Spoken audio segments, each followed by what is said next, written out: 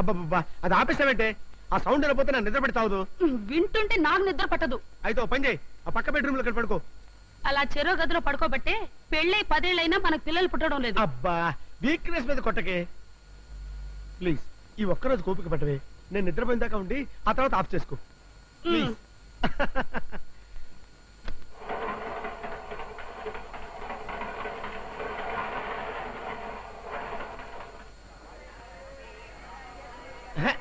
Reservation లేనంత దిగండి.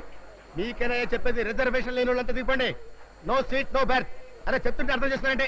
ఏంటో తోసుకొచ్చేస్తారు. ఎక్కడికి ఎక్కుతారా? నా మీద ఎక్కడే, నా మీద ఎక్కండి. చెప్తే అర్థం చేసుకోరండి. దిగండి దిగండి బాబు. ఇదిగో పక్కన ట్రై చేసుకుంటే